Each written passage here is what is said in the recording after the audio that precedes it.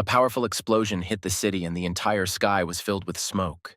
The bus was moving quickly along a busy highway late in the evening. A bus passenger was complaining that many people had died due to underwater earthquakes and volcanic eruptions, and now even the city had to be evacuated. Suddenly, the girl sitting next to him said that she forgot to take food and would buy it when she arrived, but the guy replied that all the supplies in the stores were gone. The total value of the goods is likely to be in the hundreds of billions. Suddenly, the guy sitting in the back seat said that the loss of supplies and all the natural disasters were only half the trouble, because the end of the world was coming. The man said that if this really is the end of the world, then he is looking forward to it, since everyone will become equal. Luke began to think about the man's phrase and frowned. After all, the guy personally experienced this equality. In his past life, Luke was an ordinary courier, when suddenly his life turned upside down. An abnormal burst of solar energy caused the apocalypse. Atmospheric pressure increased sharply. The Earth's crust began to move, and monsters hidden underground came to the surface. People now lived in a world of extreme shortages and sacrificed everything even for a packet of instant noodles. And so Luke was reborn again a month before the apocalypse. The girl came close to the guy and said that all this was really scaring her, and she wanted to ask for a favor. The guy, without listening to her, said that he had more important things to do and left. He asked himself, what is the most important thing during the apocalypse? And when he realized that there were supplies, he headed towards the large building. In his past life, Luke wasted his time searching for supplies, and this time he decided to prepare in advance. When entering the premises, the security guard told him that for being late, they would deduct half of his daily salary. The time the world ends, Luke's boss runs away and his year's salary goes up in smoke. Because of this, the guy thought that nothing would happen if he allowed himself to be given the food as compensation. He confidently opened his subspace. A large amount of food was immediately discovered, and the guy automatically saved everything. As Luke develops spatial abilities, everything around him can be placed into an extra-large cubic space. Of course, this makes it more convenient to get free food. Time is frozen in subspace, and food will remain fresh no matter how long it is stored. The guy was touched by the fact that he would finally not have to eat garbage. Like in his previous life, Luke thought that after collecting so many supplies, he could finally breathe a sigh of relief. Suddenly, a man's voice was heard asking for the goods to be taken out, and soon people came through the door. The room was empty, and the man was shouting at the guy where everything had gone. Luke, however, quite calmly closing the subspace, said that he took everything. The boss was furiously shouting for the guy to be caught, and everyone started running towards him. Then Luke said that he wouldn't be late anymore and jumped into the portal. The men couldn't understand where the boy had disappeared to and looked around. Meanwhile, Luke, flying out of the portal, skillfully landed behind the wall of this building. Spatial jump was his second ability, which allowed him to move through space within a range of 3 meters. In an apocalypse, with this ability, the guy can enter abandoned buildings to find supplies or escape. He stretched and said the free shopping mission was complete. Suddenly, a notification came on the phone, made to prevent panic. Suddenly, the phone started vibrating sharply, and the guy looked at the screen in surprise. A girl named Stella called him, and he was shocked. Luke picked up the phone, and a worried girl's voice came from the phone, saying that the guy was trying to forget her. The girl asked where Luke's manhood was and how she could feel safe around him. The guy responded rudely to the girl, and she began to get indignant. Then Luke calmly said that as soon as he returned to Shandu, they would talk. He began to think that he had lived with Stella for 5 years in the apocalypse, and if it weren't for Luke, she would have died of hunger. He looked at the phone with disdain. A dialogue popped into Luke's head where the girl asked why he kept coming back empty-handed. The man told Stella that Luke was now useless, and it was just the two of them. Stella stopped him, saying that the guy only died because he was no longer useful.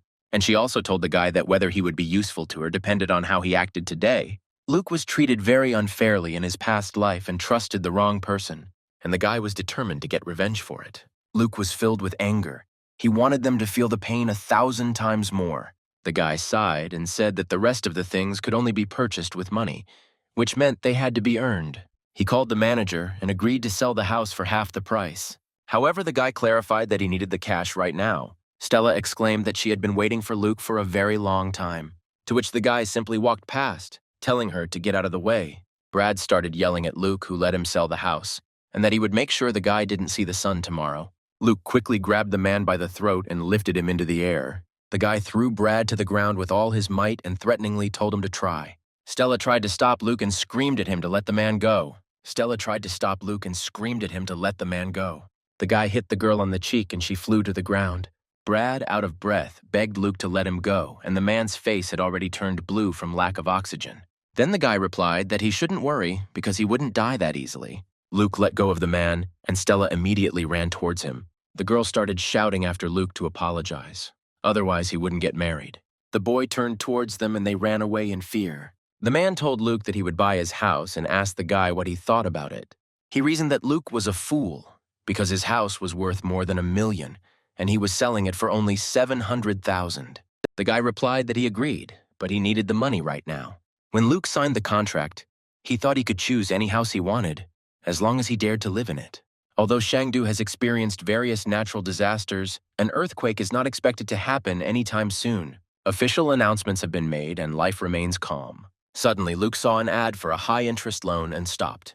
The guy called the number and found out if he could mortgage his property using the title deed. He came in response to the ad, and the man said that Luke's house didn't seem to be worth that much. Luke asked the man how much time he could borrow there. The man replied that the maximum amount was $500,000, but first he needed to leave a certificate of ownership. Luke replied that he shouldn't worry and that he would immediately return the money to him within a week. The man said that as long as he pledged the deed of ownership to the company, everything else was negotiable. He immediately received a message that $600,000 had been credited to the guy's account. At this time, Stella said that she just wanted to take her own house. Suddenly, she saw a man and asked Brad if it was Luke. The man confirmed her words, and they decided to follow him and see what the guy was doing. Luke remembered that many commercial publications had collapsed under the impact of the seawater and the severe frost. The guy also heard that the presidential suite was well equipped, and it was a good idea to use this place as a base. Although many warehouses are already empty, there are still plenty of hot dishes and ingredients. The guy was greeted by a restaurant manager named Abby who asked how she could help. Luke said he wanted to book 1,000 tables for the banquet, which surprised the girl considerably. She thought that this young man with such excellent manners was probably some rich man. Luke replied that today was a deposit of $500 and let them deliver everything to the specified address. The cost of preparation alone is estimated at $500,000, but the opportunity to communicate with wealthy people is worth it. The girl asked how she should address the guy, and then she asked if he was planning a wedding. Luke was delighted that he would have 10 million meals paid for with a deposit of $500,000. Abby thought at that moment that whoever was marrying him was very lucky. Suddenly, Stella came up to her and asked what this man had just done here. The girl clarified that it was Luke and that he was her fiancé. Abby explained what happened and wondered why rich people were attracted to people like Stella. The girl and Brad were shocked that Luke had money to order a banquet for 10 million. Abby explained that wealthy people like to play a game of hiding their identity, so they only reveal it on their wedding day. Brad wondered if Luke was really that rich. Then Abby showed them that the guy had just paid 500,000 rubles. Brad asked the girl who he could invite to such a banquet. He was perplexed as to what they should do, to which Stella replied that she needed to take the initiative. She was glad, because she had never imagined such a scenario in her life, and unexpectedly, it would happen precisely because of him. The guy, sitting at the table, was writing an ad on his phone about selling a house and immediately thought about a plan for how to spend the money. He was very confused, because he understood that without a loan, his whole plan would be useless. Luke took a lot of photos, and the loan amounts went up and down. A notification about approval and crediting of funds arrived on his phone. Overjoyed, he lay down on the bed. But suddenly he jumped up, because he remembered that he still needed to buy a lot of things. Picking up his phone, he began searching for fireplaces, smokeless coal, and ice blocks. He understood that the boy's survival would depend on the number of his purchases. After calling a certain number, Luke became interested in smokeless charcoal. By dialing another number on his phone, he learned about the ice cubes. As he walked down the street, he was met by girls waving their hands at him in greeting. Coming closer to the girl, she said that she missed him. The guy angrily asked why exactly she was bored. The lady made a sarcastic comment that he was too stupid. Stella grabbed the guy by the hand and asked him to help her, since she was not feeling well, and that was why she yelled at him yesterday. The guy walked away from the ladies, saying that he was very busy and would not be able to walk with her. The girl was very shocked by the guy's words and thought that he was acting arrogantly. The ladies quickly got into a taxi and followed the guy. When the guy reached his destination, he was met by a man. They shook hands in greeting.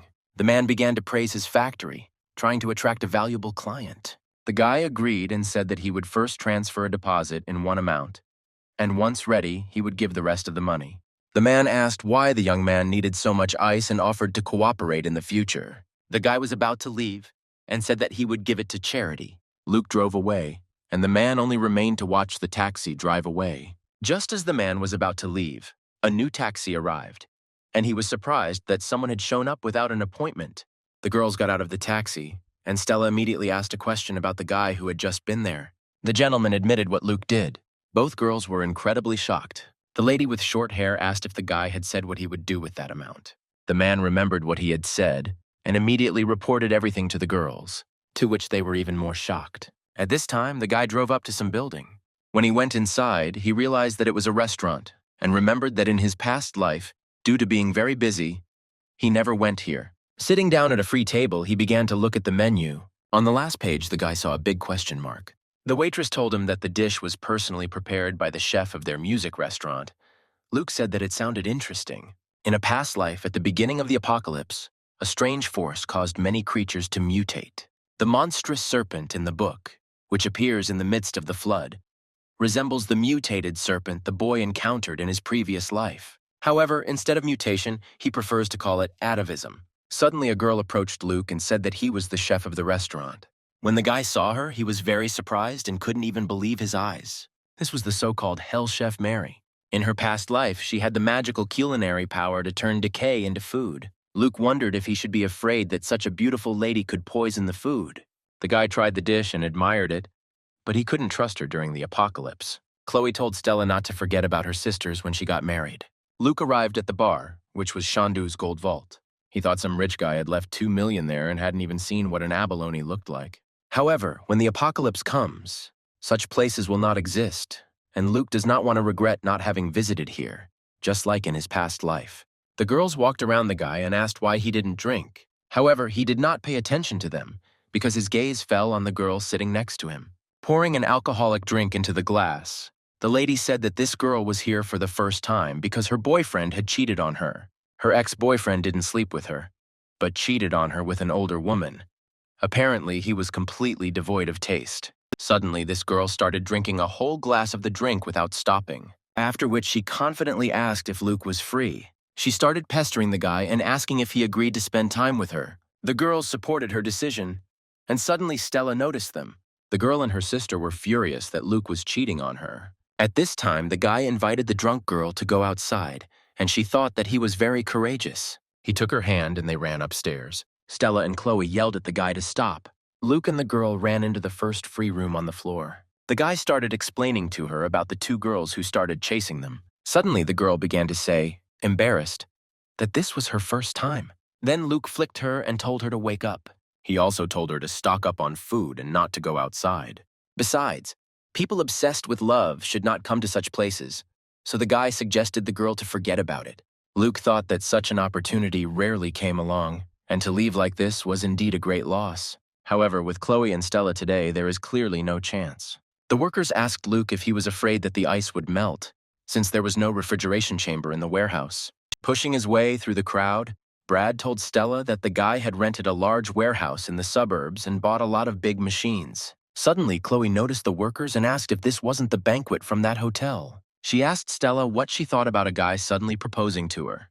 The girl then said that even if Luke proposed, she would not agree and asked Chloe to take her there. She confidently asked Luke why he was buying so much stuff and what was going on. The guy then asked if the girl could help him move his things, and said that as soon as they finished, he would tell him everything. Stella was surprised because she cannot do such work since she is going to become a rich lady.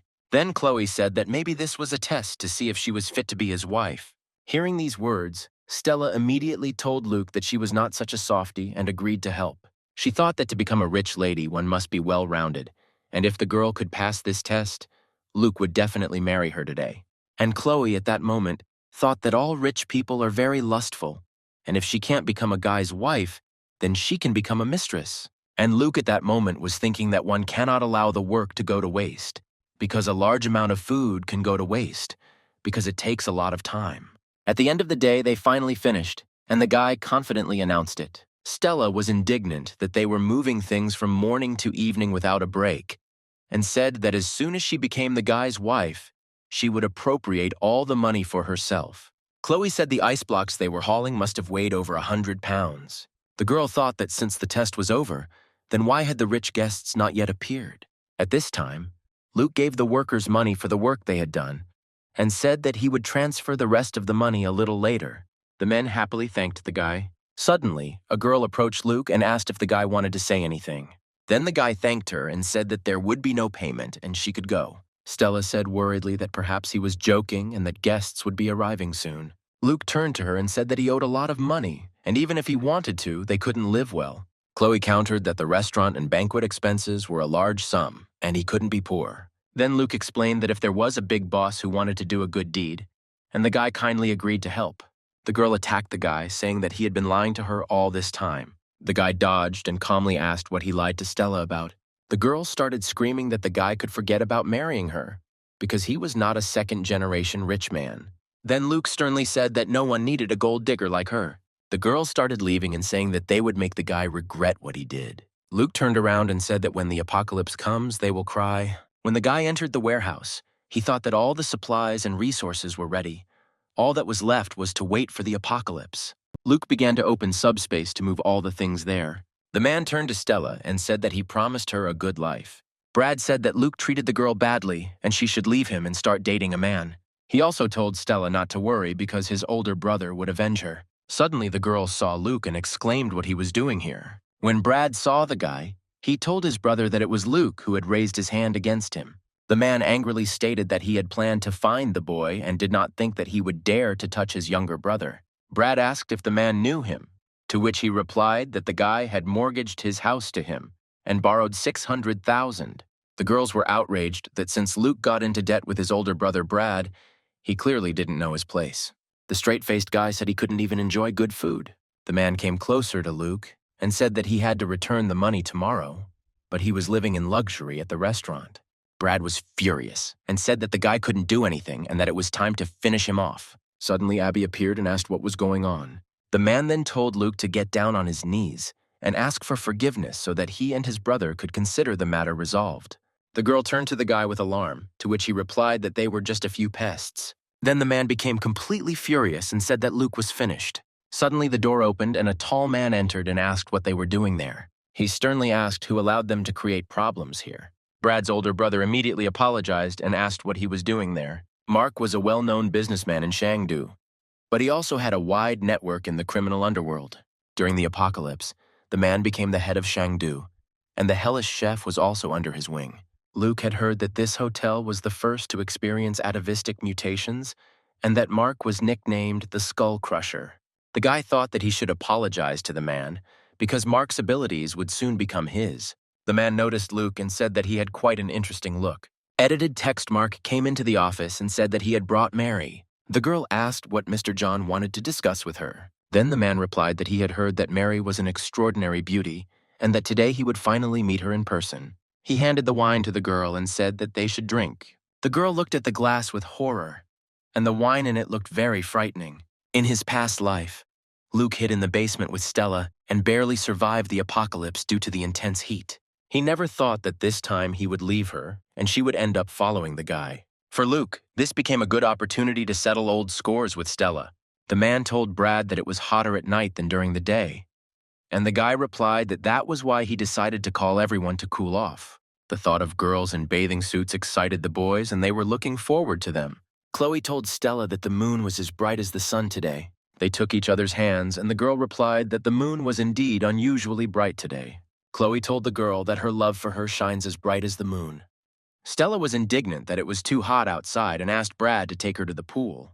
Luke watched calmly as it happened and said that their love would soon explode. He greeted and invited everyone back to the apocalypse. The girls rushed to run. It was incredibly hot, and Brad's old brother asked them to wait for him. The man inside noticed what was happening outside and wondered why it was so bright.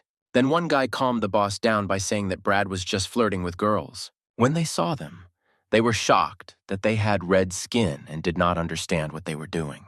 Brad and the girls were looking for water and asking for help. Suddenly the guy noticed the water and rushed there. They started arguing about who would get into the water and pushed each other. The boys were confused and asked what they were doing and where Brad's older brother was. The man emerged from around the corner with burns all over his body and asked for help.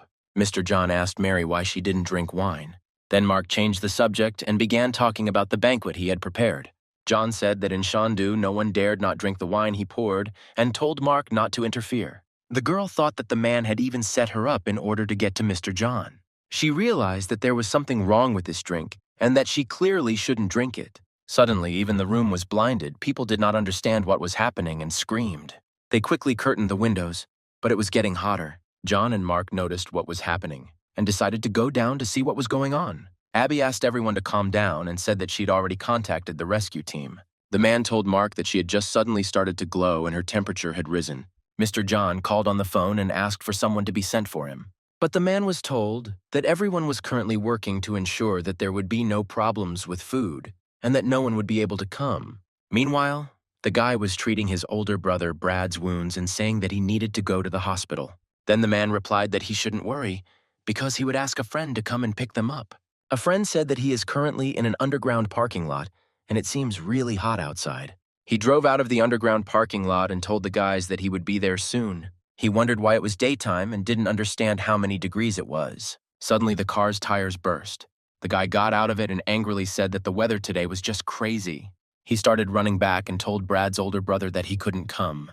The friend ran and his soul melted and stuck to the ground. Suddenly, the guy fell down, and in front of his face was a terrifying monster, which apparently was a man, but burned from the heat. Before he could disconnect from the call, he tried to get up, but realized that he was stuck to the ground. All that the people heard after that were only screams that the guy recognized. During this time, Luke slept peacefully and had beautiful dreams while disasters were happening outside. Due to the sudden release of heat from the moon, the air temperature outside rose to 75 degrees, and the ground temperature reached 100 degrees. The event has already caused nearly 100 casualties, and people have been asked to stay indoors and avoid going outside. Suddenly, a powerful explosion occurred at the power plant due to overheating.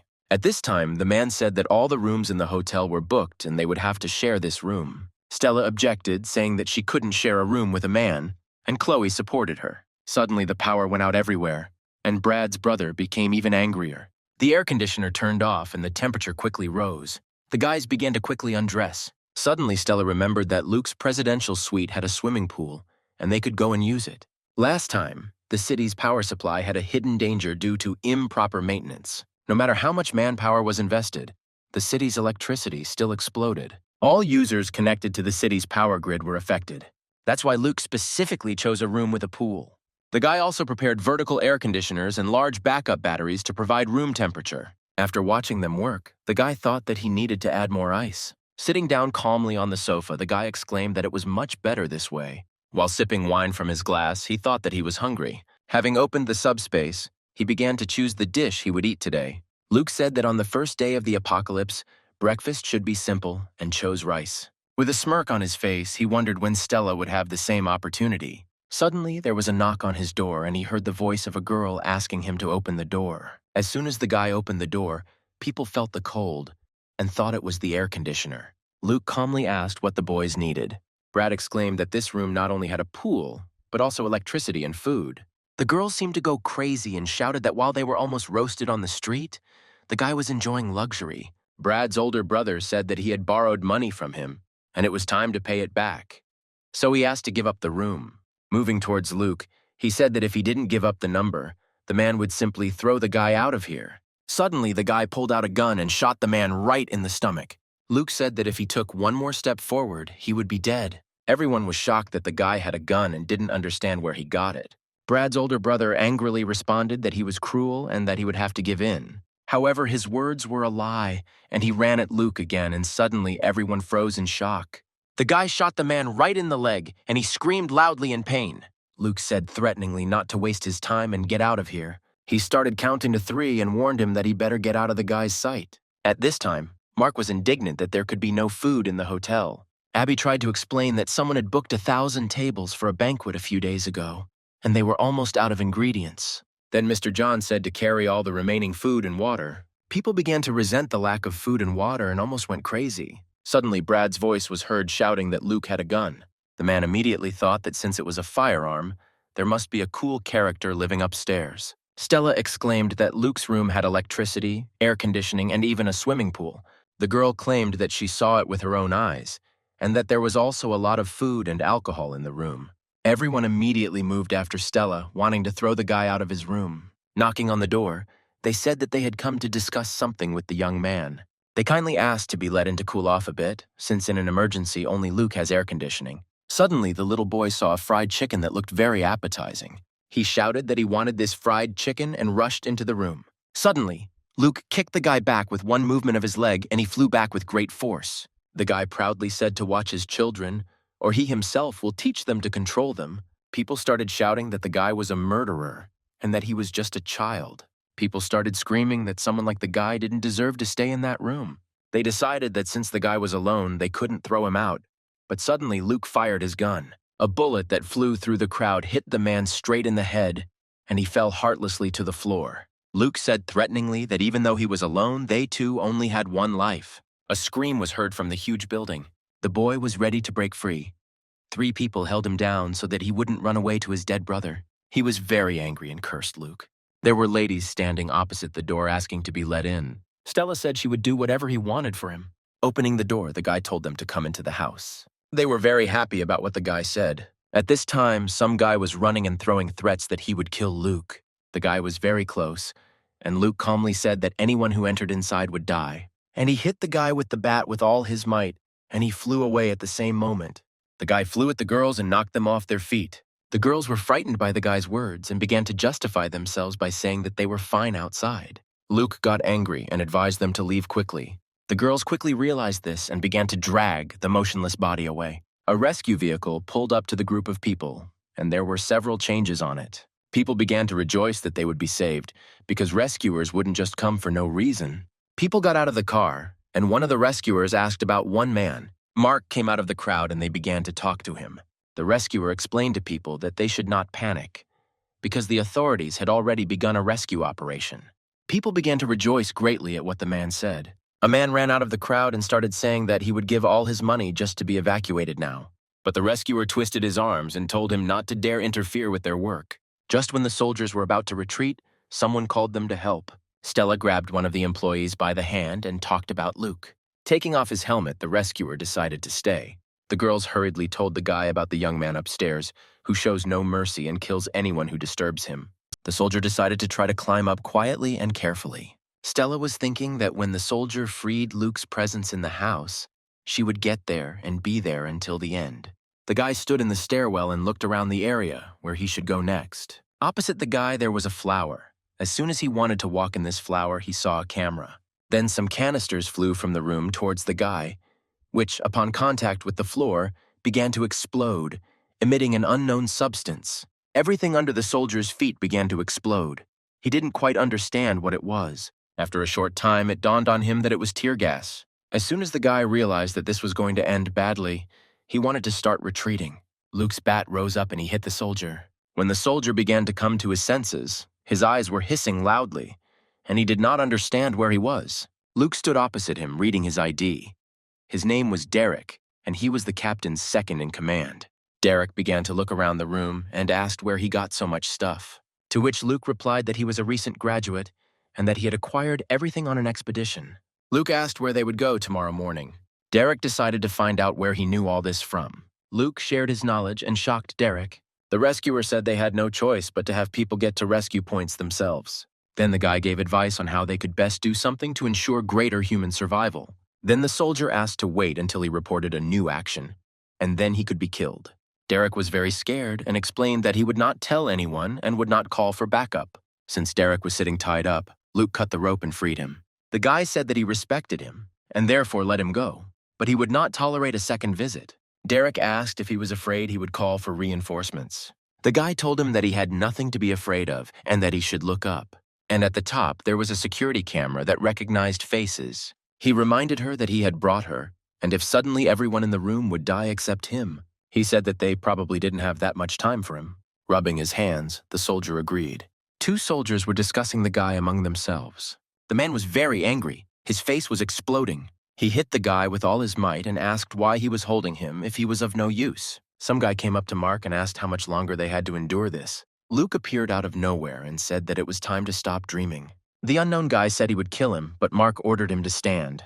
The guy said he came down to make a deal. The 2 men were in complete shock from the guy's words. Frank shouted that Luke's room must be full of other useful things.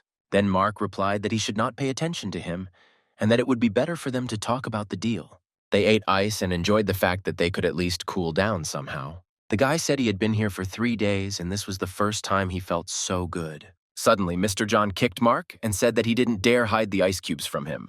He also threatened that next time it would be the end for him if he did not voluntarily bring the man something. Looking at the girl, he thought that without the help of rescuers, they would certainly die of hunger. Turning to Stella, he said that despite the heat, she still did not want to undress. Suddenly, he approached the girl and said that he liked playing such games. Stella slapped him in the face and told him to move away and not to touch her. Then he shouted that he would do it to her right there, and later everyone could try. Mr. John said that Stella was probably hot, and he would help her take off her clothes. Suddenly, Mark appeared behind the man and, with a menacing look, told him to stop.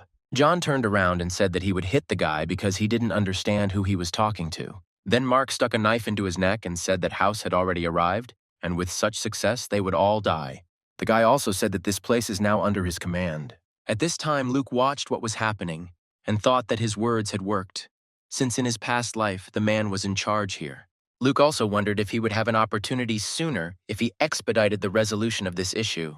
The girls asked Mark to give them some water, to which he menacingly said that if they wanted ice water, they needed to follow him.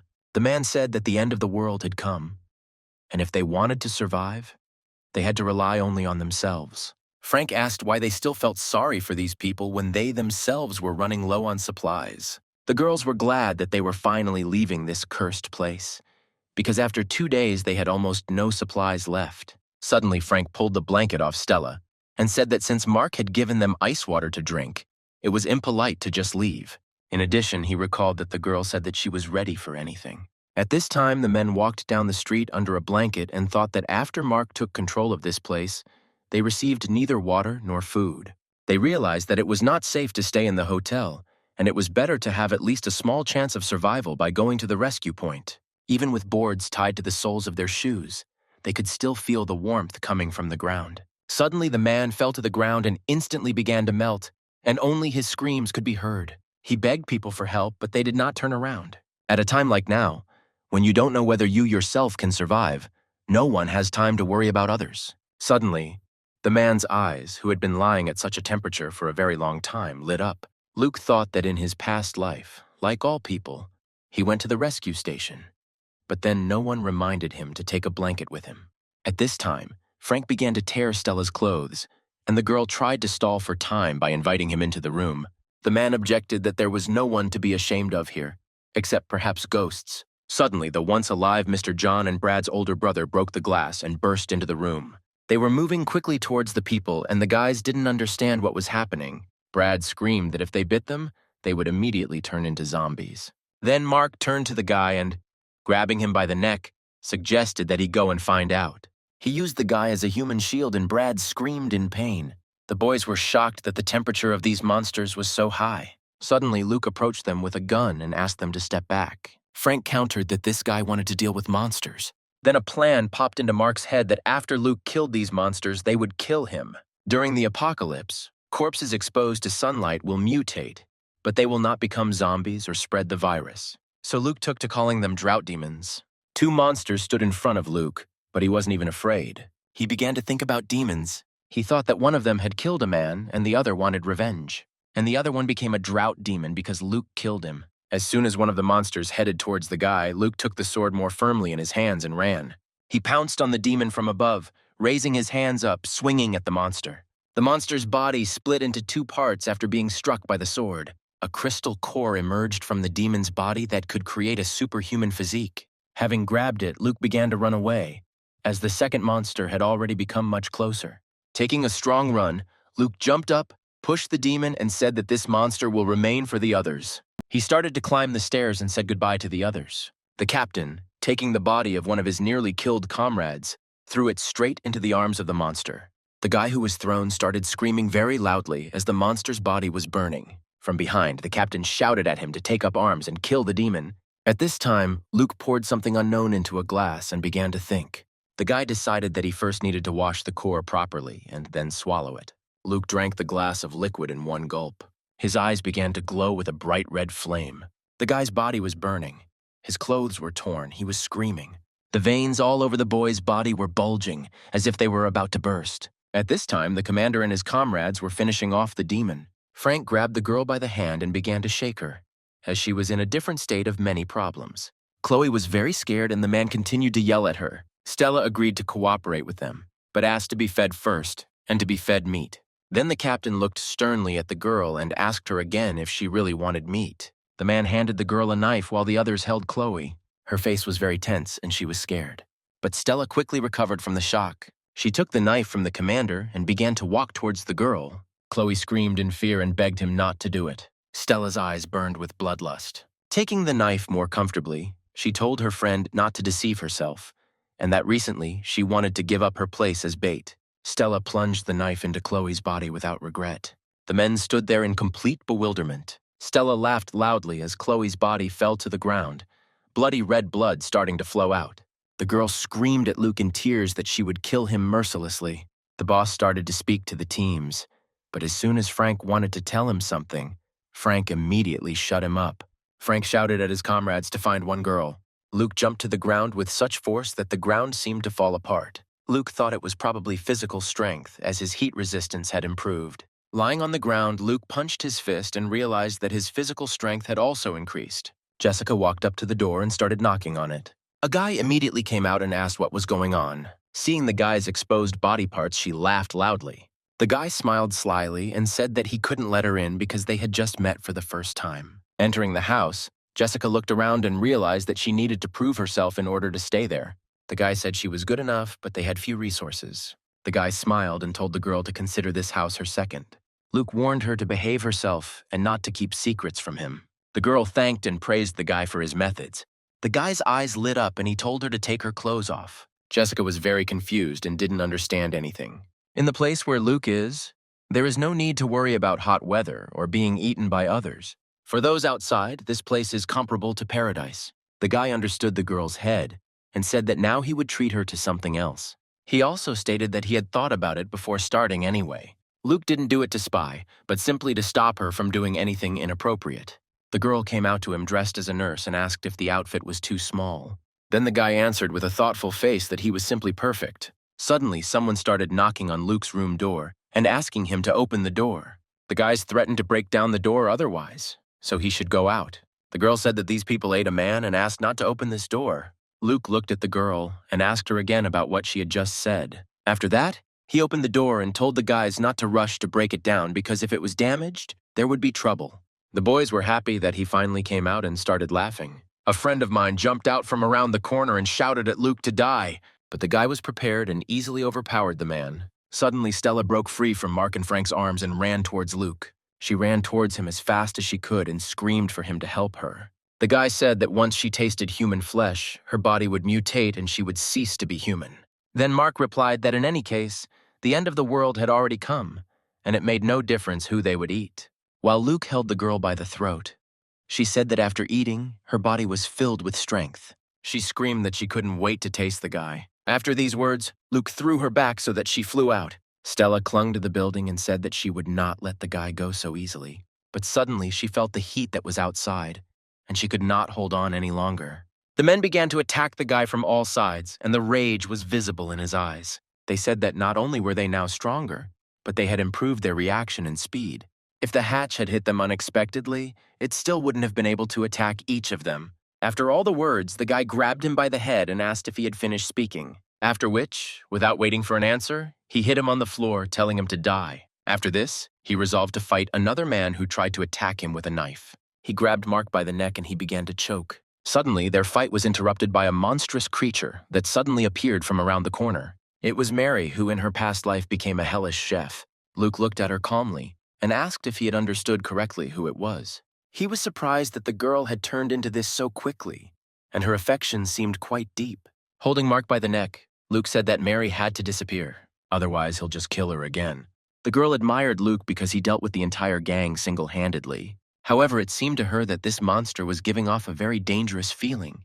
Jessica thought that she should somehow help Luke so as not to become a burden to him. She shouted his name and the boy turned around. The girl said that she wanted to help him defeat this monster. He was surprised that Jessica was not afraid and did not hide. Luke said that the girl would only distract him. The monster with bright red eyes growled angrily. He rushed to attack Luke and tore his shirt, But the guy didn't have a single wound left on him because he activated a superpower called Berserk. Then Mary decided to attack the guy from behind. She bit him on the shoulder with all her might, but the girl was unable to sink even one fang. Luke calmly asked why she couldn't bite through him. Then the guy took her hands and rose into the air to finish it. He twisted the monsters and asked if he was ready for his death. After his words, he slammed Mary into the floor with all his might, so hard that it cracked. Luke said he planned to suffer greatly during the apocalypse, slowly dying in agony. But now he will have to kill Mary first. Suddenly, the monster grabbed the dead man with its tail. Then she swallowed him whole with a terrifying look. The girl immediately regenerated her arms and began to look even stronger. The guy was surprised that the monster could do this, and it was clear from his face that he didn't know what to do. The girl was also shocked. She watched what was happening and did not understand how this was possible. After some thought, Luke decided that the monster had a pretty cool ability like that. He said that if the monster can regenerate, then it is not so easy to kill him. And it also means that the guy can rip Mary apart many more times. He came closer to the monster and asked to see how many more times the body could be restored. After examining the hand, he said he would start with the left hand and tore it off. After that, the right hand went in and he did the same with it. Thus, the guy dismembered the monster into small pieces and anger was visible in his eyes. Luke confidently said that it was only the first round, and the monsters were trying their best to recover. Afterwards, the guy asked the mayor if she was ready for the second round, which would soon begin. After the same torment as the first, the second round began. The third round was even more torturous for the monster. By the 8th round, Luke realized that not only limbs could regenerate, but even eyes and tongue. And after the 16th round, I realized that internal organs also regenerate. However, after the 21st time, Mary could not stop. And the guy thought that so be it. Because in the end, he was not the devil. The monster tried his best to ask why, and then Luke decided to tell her the reason. The guy said that he does everything for the sake of revenge, of course. Jessica asked Luke in horror if he was okay because he looked wary. The guy ignored her words and returned to her, asking if she was ready.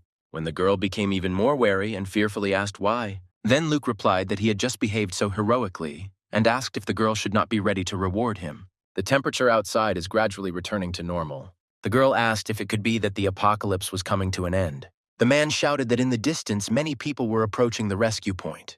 The girl turned around and began to look closely at these people. Suddenly she realized that people had become zombies and would never again acquire human form. She told the people to quickly evacuate citizens to the rescue point. The guy from the rescue station asked the captain not to die before they returned. In response, the girl told him to leave quickly and not to talk too much. At this point, Luke tells the girl that she will now experience the power of the berserker. Jessica, horrified, asks the guy if he wants to do it again, covering herself with a blanket, to which the guy replies that the intense heat has subsided and he will need to go out. But Luke cannot leave the girl without memories. He says that the people around him should order the guy around without knowledge, and it looks like Jessica has completely submitted to Luke. The guy takes a car out of subspace and says that he needs to hurry before the seawater comes in. Many zombies in the past, driven by an obsession to reach the rescue point, eventually formed a tidal wave. The incident also resulted in a large number of military weapons being scattered. Suddenly, a man aiming a gun orders Luke to stop the car. Then the guy asks how he has the right to order the car to be stopped, and instead, to rob it. Suddenly, the man's face drops, and there is only emptiness in his eyes. Luke violently knocks people off the road with his car. As in the past, the walls cracked from the scorching sun, and this eventually led to the subway being cleared. Luke says that not all zombies have crystals, and it will take a long time to get each one through. At first, the guy decided to see how things were going at college. Approaching the building, he opened the door with great speed and saw the monsters. Suddenly, a group of guys yelled at him that he was trespassing on their territory and that Luke should give up his things. The guy came with a statement that he had chicken legs and asked the guys for help. People immediately rejoiced at the deed, that in such times they would be able to taste chicken legs. They pushed each other persistently, trying to try the dish. Suddenly, Luke pulled a string and said that the boys didn't deserve to eat this food. The gang began to rebel, accusing Luke of not having the right to communicate with them, and the boss ordered his capture. At that moment, Luke pointed the gun in their direction and began to aim. The guy didn't remember there being so many bad people in his past life, and perhaps his advice would help them survive. Having easily broken the lock, the guy stated that most likely no one had entered there for a long time. Many snakes had already died, and the air was thick with the smell of decay. Suddenly, Luke saw the future leader of the water rattlesnake army. Luke immediately realized that the snake had survived by eating its own kind. In his memory of life, this snake was one of the first to undergo an atavistic mutation. The guy knew that exactly a week later, when the flood began, she would begin to mutate. Luke also felt like the snake had gained intelligence, and he decided to be more careful. Suddenly, a voice was heard behind the door asking who was in the laboratory. The guys with guns said they knew Luke was hiding there, to which Luke replied that now was a critical moment, and he could not open the door for them. Suddenly, a girl jumped out of nowhere and started attacking the guys. She kicked and punched them, and her body was clearly physically prepared for battle. She grabbed one of the guys and started scratching his face. Suddenly, a gun was pointed at her from behind and they said that she was moving well. The girl jumped on the guy and couldn't get off him. She tried to get out and asked what the guy was doing. Luke tied her up and tied her to a chair, also asking in confusion what was going on. Rox introduced herself and advised the guy to behave decently and also to let her go. Luke calmly asked if she knew a man named Derek. The girl asked in surprise how she knew him, and the guy replied that he had once saved his life. A group of fugitives took over the school and used the students as hostages. At this point, Derek led the civilians to leave first, but he didn't expect that some of the escaped prisoners had infiltrated the ranks of ordinary citizens. Then Luke said that in that case it wasn't Rox's fault.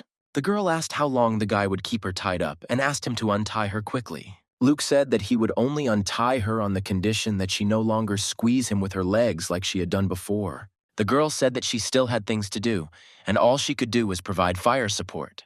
Then Luke revealed that he was planning to secretly attack their fortress, because only by returning the supplies would the people at the school remain alive. Then Rox said that this might be their first and last meeting. The guy said that Derek was his brother and should help her. At this time, the man asked how everything went. One of the soldiers told the boss that he was expected outside. The commander ordered that those who had not yet fought should go to the front, and if anyone was destined to die, then let it be them. Their conversation was interrupted by the silhouette of a man, and it was Luke. The soldier was shocked at how the guy got in there, as there was a guard outside the door. The boy asked the soldier's question again. Luke held out his hand as if holding a gun. With one movement of his hand, his eyes lit up. Everything around became completely different, not the same as usual, and everyone began to panic. Holding the trigger until the last, the guy said that they should not move, otherwise they would die. Then the captain got even angrier and told him to stop playing the fool. One of the soldiers was immediately killed. The girl with the rifle in her hands fired, saying that she was confident in his plan. She remembered how he had persuaded her with one sentence. Rox was still shocked that she had agreed to this, but suddenly her thoughts were interrupted by the curtains in the building through which she was watching closing. She heard them talking about knowing where the sniper was. Rox quickly ran away, and in her mind was the fact that she had been noticed again. The girl asked the guy to hold out even longer so that she could come to them. Through the earpiece, Rox heard what people were saying. Having flown into the building, the girl began shooting at everything she saw around her. But because she was too fast, she didn't notice the one who said that the supplies were finished. The man screamed that Luke could not kill him because the people behind him would kill him. The guy began to strangle the man with one hand and said that the others would soon join them. A girl named Rox stood there in bewilderment and asked if he had done it alone. Luke justified himself by saying that these people were weak, and therefore he dealt with them quickly. The young man invited the girl to the women's dormitory. The girl did not understand why they were going there. The guy said that all their comrades had gathered there. In one of the rooms in the administration building, there were many bodies hanging. The man with an iron mask on his face told the captain that the girl had apparently escaped. Walking among the corpses, the guy found a girl who was still alive. Then he ordered her to be lowered down. It was hard for the guy to lower the hanging girl. Having gone down, he began to question the girl, to which she replied that she only needed his consolation. Taking the whip in his hands, he asked how it was, and with a sharp swing of the whip, he hit the girl with all his strength that she began to scream. After that, the guy asked how she felt. The girl quickly regained consciousness after the blow and said that she now feels even better. Michael asked who had been taking all his supplies. Sitting on the sofa, the girl said that it was the devil. The guy told her to say his name, and the girl said the guy's name. At this time, everyone met in the women's dormitory. Derek asked why Luke came, and Rox said that he said it was his brother. There was a big wound on the guy's body, and the guy asked what was wrong with him and asked to show them to him. The guy began to unwind the bandage, and seeing the wound, the guy immediately realized that it was from cannibals and that there were enough viruses under their nails. Derek said that he would need a lot of medicine to heal, but it was hard to find at the moment. Luke handed over a pack of medicine and said that this should be enough. Everyone stood in complete shock, wondering where he got them from. The guy remembered his past life and that there was a man whose fighting power was comparable to a humanoid nuclear bomb.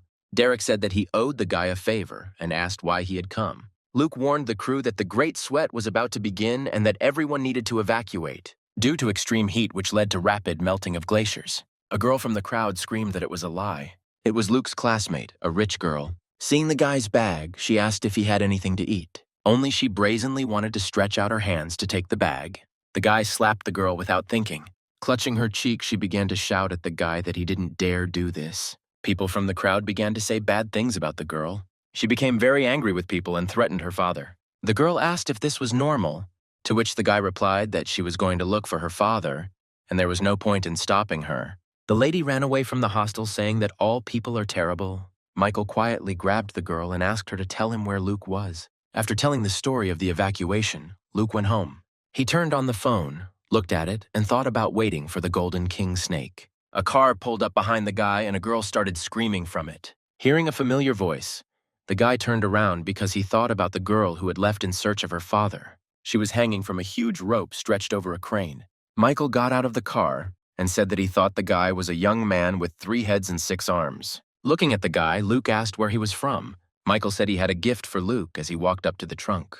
Opening the trunk a little, Luke saw what was in it, and it was full of monsters. Michael climbed onto the trunk and asked if Luke was ready to die. Rox heard the sounds and realized that they were coming from where Luke had gone. The girl told Derek to stay put and decided to check it out herself. Michael continued to stand on the car and talk to Luke, claiming that he had a chance to save the girl. The guy replied that saving her wasn't that difficult, and the girl immediately became happy. But Luke immediately said there was one problem. The girl got scared and decided to find out what the problem was. She started screaming in anger. Luke said that he was not worthy of saving her and could call the gentleman she had spoken of. Chris replied that he was pathetic and still held a grudge against her because of some small offense. She stated that she didn't need handouts from him and that she could handle it herself. Luke responded calmly and said he hoped she would come to understand in time. Suddenly, blood began to flow, and the girl began to burst into screams, begging for mercy. She made loud sounds for a long time, begging for forgiveness. Michael laughed loudly in response and told Luke not to worry as he would meet her soon. He advised to apply the powder on himself, and after that, all the monsters would begin to obey him. Luke realized it was ash, and it would make the monsters think he was one of them. Michael began to cough because the ash had settled on his throat. After he coughed, he immediately ordered the demon to tear Luke to shreds. The monsters slowly began to walk towards the young man. The guy activated the power of the core and landed on the ground. Michael was shocked and thought that Luke wanted to play with him before he died. Michael began to ask how Luke got closer to him. Standing completely on the car, he was glad that the young man was surrounded. Michael started shouting at the monsters to attack him. Luke came up to him and told him not to bother himself because it was pointless. Then Michael's eyes filled with anger, and he asked him what he meant. To which the guy calmly replied that he had already finished with the monsters. Michael was very shocked by this, his eyes filled with fear. Luke said he never wanted anything to do with the Federal Bureau of Evolution. After this was said, the guy grabbed Michael by the face and asked him to tell him who told him to come for him. After he refused, Luke explained that he could not save his life. The guy started pulling him hard by the head, and Michael just screamed loudly in pain. Luke ended up pulling his head out along with his spine. Rox was shocked that the problem was solved quickly, but the way he solved it left her even more confused. Then Luke said that when dealing with this little thing, he had to restrain himself a little. At this time, Jessica was alone saying not to stop. Beads of sweat were running down her face, and she was making sounds of pleasure that could be heard throughout the entire room. Jessica asked not to leave her there completely alone. The girl remembered the guy she had dreamed about. Jessica remembered Luke's words and said that she would never be a burden to him. The girl took the gun and declared that she would become the guy's right hand. She abruptly opened the door to the room because she thought that was where the sound was coming from. Suddenly, a monster appeared right next to Jessica, and she froze in surprise. The girl was amazed that the monster managed to appear behind her in just a couple of seconds. She started to move back, but her path was blocked by a chair. Remembering the gun, Jessica tried to pick it up, but dropped it. Hearing the sound, the monster rushed towards her, but grabbed onto the chair. The girl did not understand what he was doing and what was happening in principle. Suddenly, she realized that this monster was blind and was trying to smell her. However, he was too close now, and if Jessica made even a sound, he would attack. She started reaching for the gun because it was her only way out. Suddenly, Jessica made a sound that attracted the monster's attention, and the girl turned around in fear. At that moment, she remembered Luke's words about not keeping useless people around him, and she needed to find the core in the monster's head to drink. The girl confidently shouted that she was not useless. After these words, she drove her heel with all her might right into the monster's eye. However, the monster immediately grabbed her leg.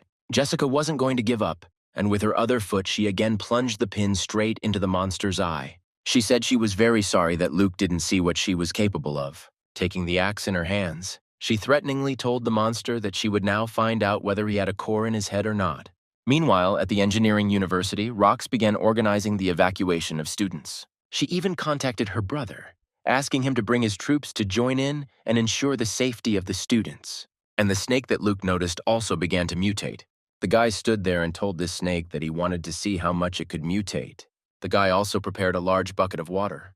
The snake immediately climbed into the bucket, which made Luke's task much easier. The final mutation was coming to an end, and the monster acquired a terrifying appearance. Luke realized that if this monster had waited for the flood, it would have been a disaster for everyone.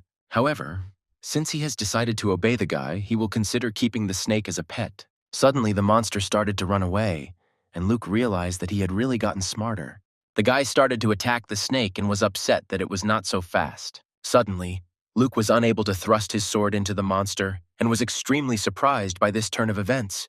The guy decided that since the blade didn't help, he would simply beat the monster to death with his fists. Suddenly, the snake began to wrap itself around Luke, and he found himself completely at a loss. Luke shouted at the monster that it was very clever to try to lure him into a trap.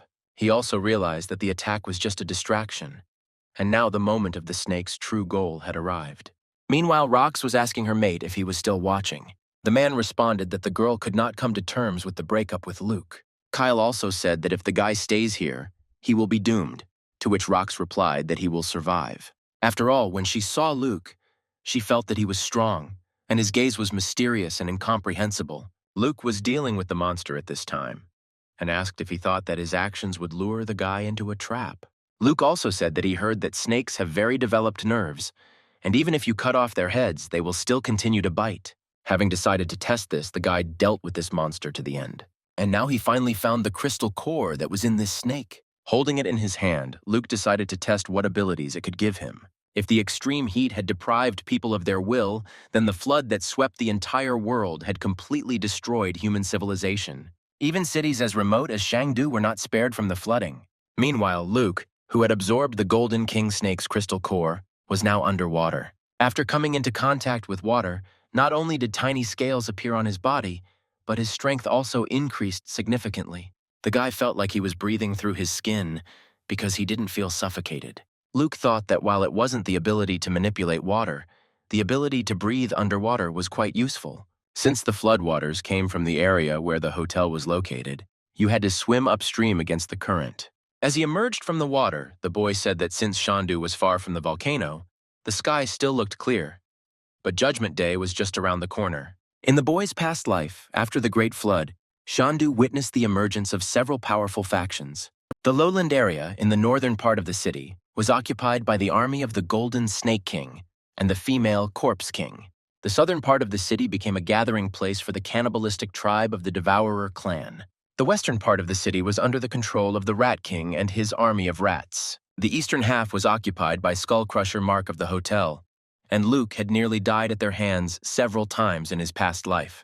However, in this life, Luke has already dealt with Mark and the Golden King Snake ahead of time, and to stay strong, he needs to get the rest of the crystals. The Devourer clan has a large population, and the female Corpse King is almost elusive. In a past life, the Technological University experienced a rat epidemic, and the Rat King's album should be there. Suddenly, Luke realized that he had relaxed too much when the monsters emerged from the water. At this time, the man could not understand how this flood happened. Suddenly, he called out to his comrade and said that someone was approaching them. The guy turned around and saw Luke, which surprised him greatly. The men were surprised that this guy actually didn't drown during the flood. One of them was angry that if the Bureau hadn't sent them to follow Luke, they wouldn't be stuck here. However, the guy was moving too fast, and it seemed like something was following him. Seeing the monsters closer, the men began to shout who these monsters in the water were. They also wondered why Luke was swimming so fast against the current. Derek started yelling at the guy that they were from the Federal Bureau of Evolution and that he shouldn't come near them. Hearing this, Luke realized that he could get some information about the situation from them. Suddenly, a powerful kick lands right on Derek's head. The man begins to fall and scream in fear. The comrade grabbed him by the hand and said that while he was holding the man, he needed to grab the column. Holding Derek with all his might, he shouted that he would definitely get him out. Derek started telling him to let him go, or they would both die. At this time, Luke asked them what they knew about the Federal Bureau of Evolution. The man refused, and then the guy said that even though Derek had courage, he still shouldn't blame him.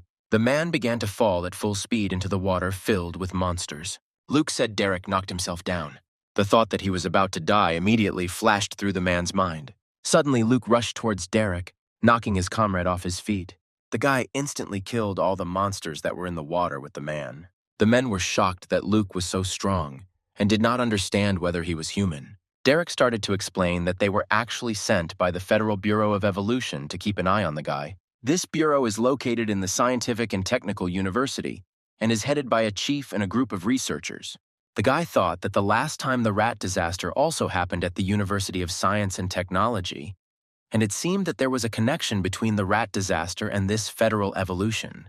Leog began to ask what was going on in the lab, and then the man replied that they were not allowed inside. The boy realized that no matter what, he had to go there and scout out the situation before a rat disaster broke out. Meanwhile, Jessica, who was still in the hotel, finally extracted the crystal core from the zombie's head. The girl was not sure if she had succeeded and looked clearly tired.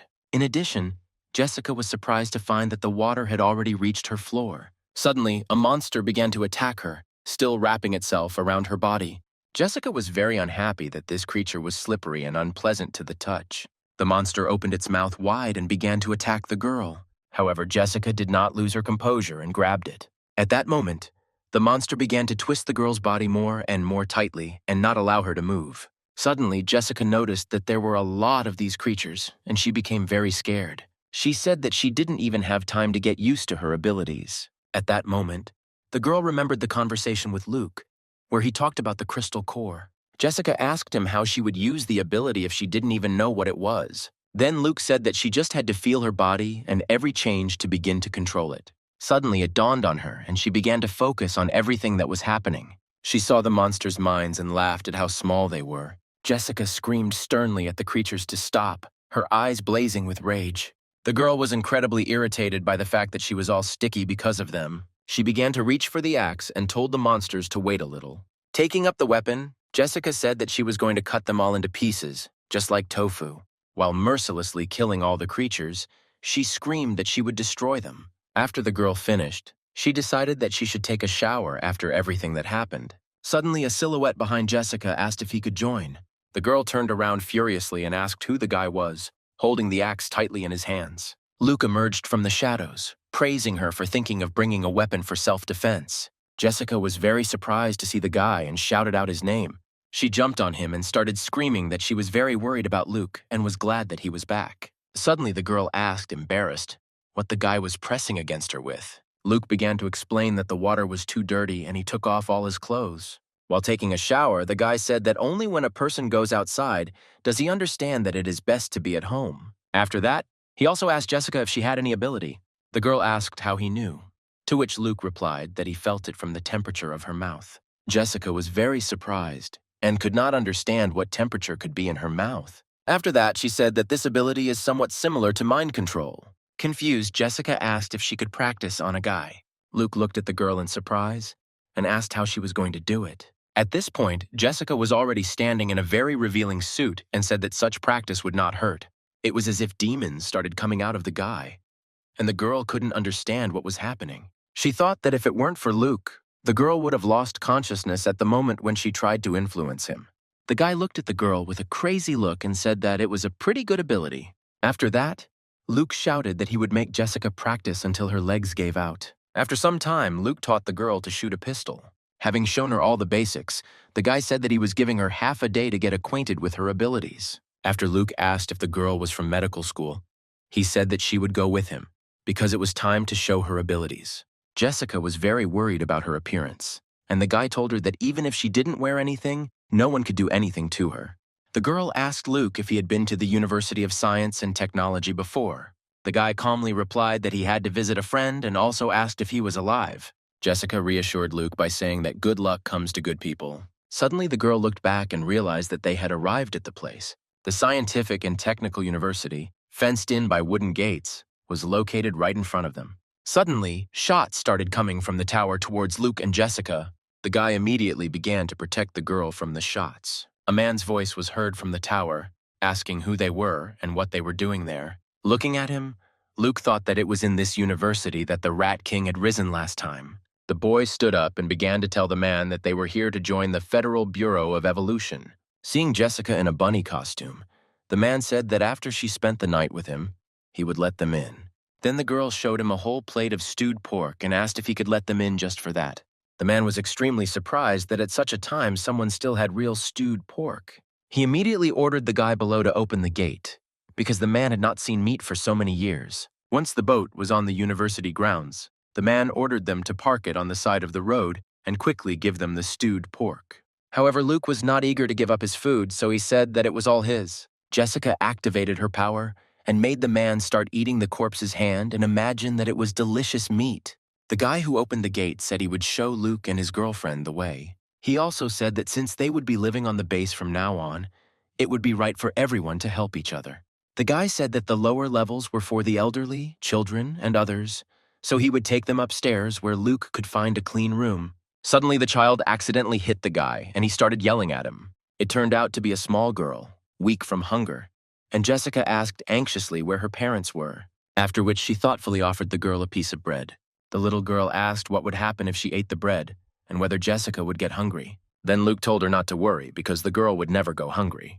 The little girl told the boy that he was lying, because at this time everyone was hungry. Then Luke said that the girl may doubt his character, but she should not doubt the guy's strength. Plates of food appeared out of nowhere, and the little girl was shocked by what she saw. Then Jessica started feeding her bread and telling her that children shouldn't think about stupid things. Suddenly, a voice was heard angrily asking who was cooking, and Luke turned around.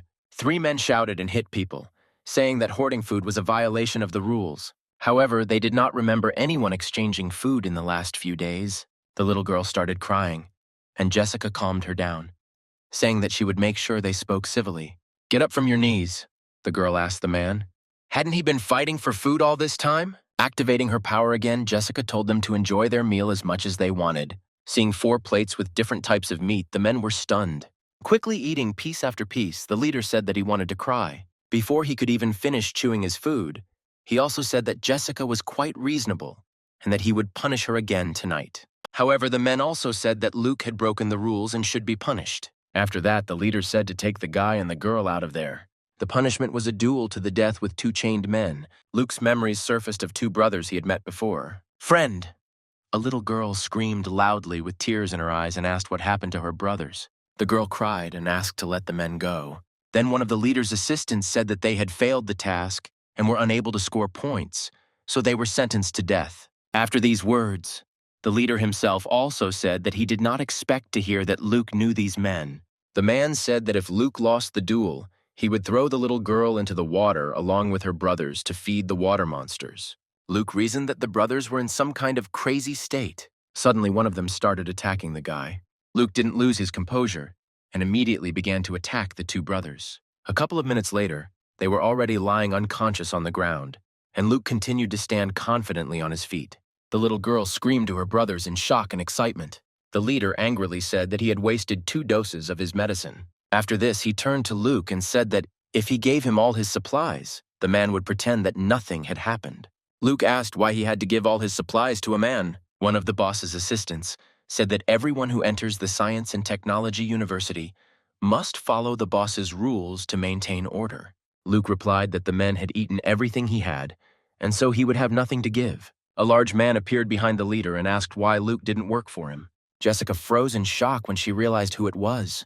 This man had free food and accommodation, as well as high-paying jobs. His subordinates were like dogs on leashes. As soon as they stopped obeying the man, he immediately beat them. Edgar said they were short-handed, and Luke and his girlfriend arrived just in time. He also said that he is making great sacrifices for them, as industrial production is currently at a standstill. Hearing this, the leader shouted to Luke that their boss was making them a very generous offer. Suddenly, the man froze in a stupor, remembering that eating meat without the boss's permission was a death sentence. The leader begged for mercy and said that from now on he would bring food to Edgar first. Then the boss shouted out that what the men were eating was not meat. Luke thought he had seen through Jessica's mental control and tensed. The men froze in shock and began to talk about what they had eaten. Suddenly, the leader felt a strong pain in his stomach, and his whole body was seized.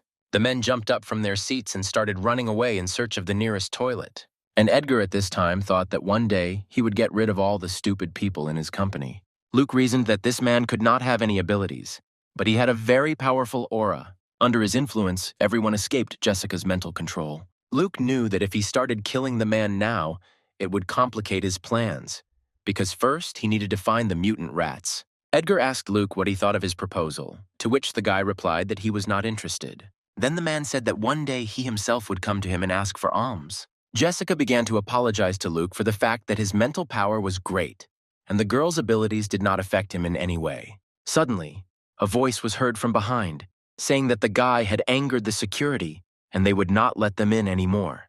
Luke turned and saw the guy who told him that he should come with him. Then the guy asked him how he knew him, and the young man replied that he was his brother's neighbor. At this time, Edgar asked one of the assistants to keep an eye on the woman and prevent them from escaping.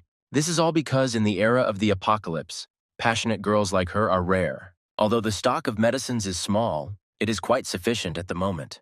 Jessica said there was no immediate danger to people, and that made her happy. Luke asked Tom if all the students were living at the university now. Tom replied that since his brother often helps everyone, this place is considered their task force's territory. He also said that the task force was strong, and even if they encountered the Devourer tribe, they would be able to fight them face to face. Suddenly, a voice was heard asking a classmate if he was interested in joining. Tom interrupted him and told him to look who he had brought. Sam was very surprised to see Luke and couldn't believe his eyes. He hugged his brother tightly and said that he thought Luke was dead. Suddenly, while Luke was talking about how they rarely met and they definitely needed a drink, Sam turned around.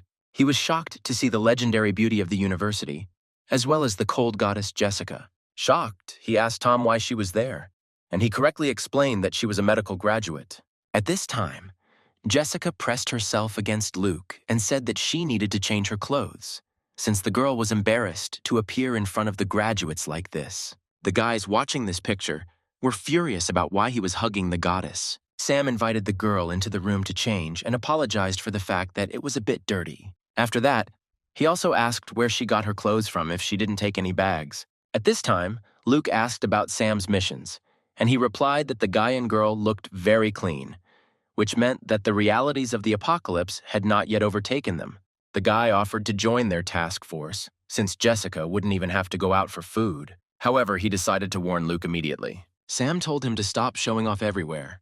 Then Luke replied that his brother should not worry about his actions. Sam also decided to remind him that in high school the guy was bullied and he couldn't dare fight back, and it was his brother who chased the guys away. At this time, Jessica was changing clothes and thinking about how women who the captain of the guard showed interest in never had a good ending. While the girl was trying to unbutton her suit, a silhouette was visible behind her. Suddenly, someone brought a knife to Jessica's throat and told her not to move. In a panic, the girl asked who it was and what they wanted from her. Monica said that the boss sent her to help with the accommodation and also that Jessica was a girl and therefore could not sleep with these men. The girl replied that she didn't need help. And then Monica said again that the boss asked her to come. Then Jessica's power began to activate and she again said that she didn't need the girl's help. Monica immediately let her go. After moving away from the girl, Jessica said that using mental power to forcefully control someone was difficult, but she could manage it for a short time. She started to move towards the door when suddenly Monica started to raise her hand. She stabbed herself in the arm to feel the pain and force herself to wake up. And then Monica ran at Jessica again and swung. She said that the girl was very strange, because she almost fell for her trick. Suddenly, there was a knock on the door, and the guys became worried about what was going on behind it. As Monica tried to shut Jessica's mouth, the boys finally realized that something had really happened.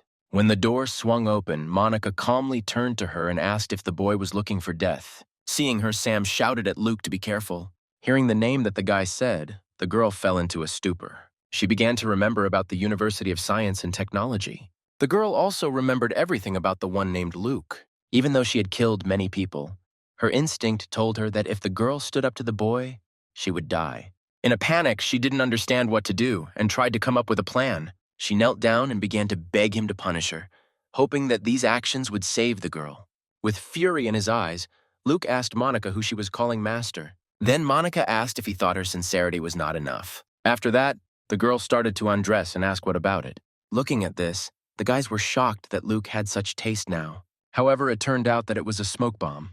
Monica tried to distract Luke and escape to save her life. However, the guy grabbed the girl by the throat and asked why she thought she could escape so easily. The girl began to say that the guy could not kill her, since the little girl that Luke saved and her brothers were taken to the arena. Then the guy asked what would happen if he killed Monica, and then, without waiting for an answer, he threw her out the window with all his might. Sam asked who they were talking about, and then Tom explained that the guards must have taken the girl when they left.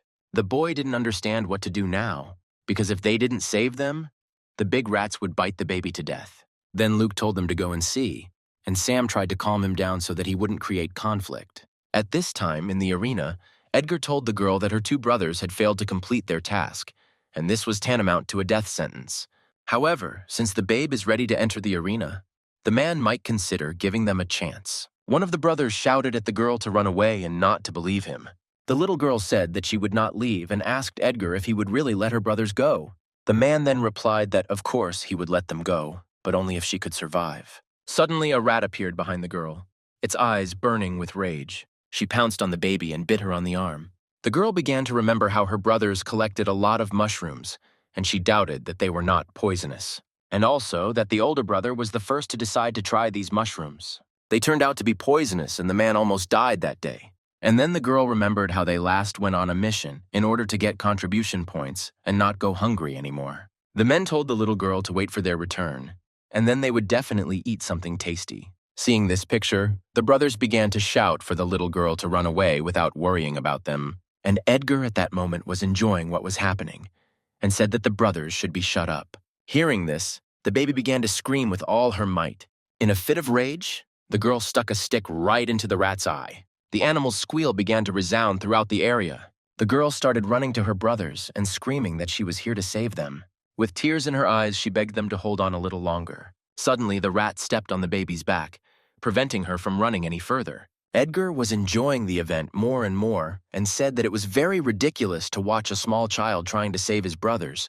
The girl tried her best to get out from under the rat, and tears ran down her cheeks. At this time, the men were struggling to survive and did not understand why all this was happening. The little girl desperately asked someone to help them. Suddenly, Luke appeared out of nowhere and with just one blow knocked the animal back. Sam was surprised that the guy was too impulsive, and at that moment Luke realized that it was just a big rat that was not capable of anything. Seeing this, Edgar became very angry, and the guy continued to think that there was no crystalline core in the animal.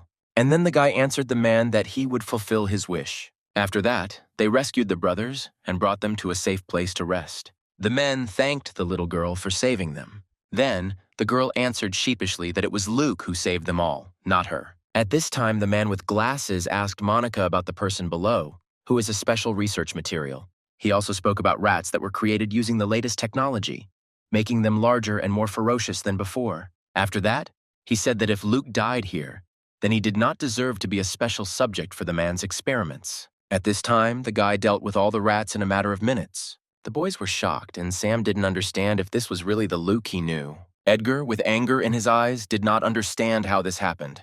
And at that moment, Luke was upset that the next rat didn't have a crystal core. Suddenly, someone's voice was heard from the loudspeakers. The man realized that Luke was the material he needed, and then he told Edgar to bring him here. He also mentioned that it doesn't matter what condition the guy is in. The main thing is that his body ends up in the man's office. Tom told Jessica that they should leave quickly because there was a terrible situation going on right now. And the girl looked towards Luke and said that as long as he was here, she would not go anywhere. Edgar told Sam that he heard that he and Luke were brothers, but they were all able to survive this apocalypse only thanks to the boss, and asked who he would choose. Then Luke asked Sam what was going on.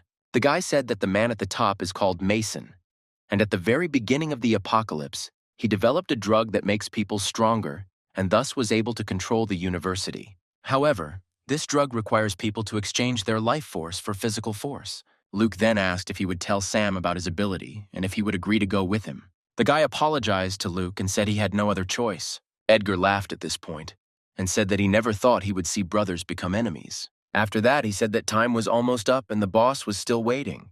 The man rushed towards Luke and said that he would do everything himself. Suddenly at that moment, Sam hit Edgar and said that he didn't want to choose. The man angrily asked him why he had betrayed his boss. Sam then replied that he just wanted to use the drug to control him.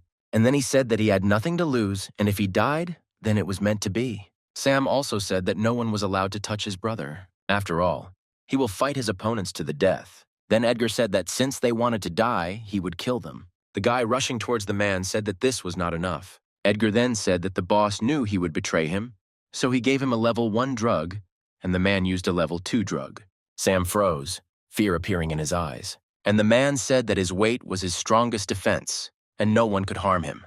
The fight began, and Edgar aimed his weapon at the guy with all his might. The man kept telling him to die and was trying his best to crush Sam. Holding the meteor hammer in his hands, the boy realized that it was charged with electricity. Suddenly, Luke appeared and kicked Edgar's weapon with all his might, after which the guy asked again whether he understood correctly that no one can harm a man. Jessica and Tom watched what was happening and were extremely surprised by what was happening.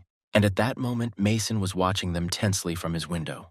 Edgar was electrocuted by his own weapon, and Mason at that moment said that Luke was intriguing him more and more. He spent all his resources and manpower to find a way to turn humans into perfect beings, and Luke's recent display of power proves his worth. Now Mason gives Luke the opportunity to join his experiment and become the first perfect human.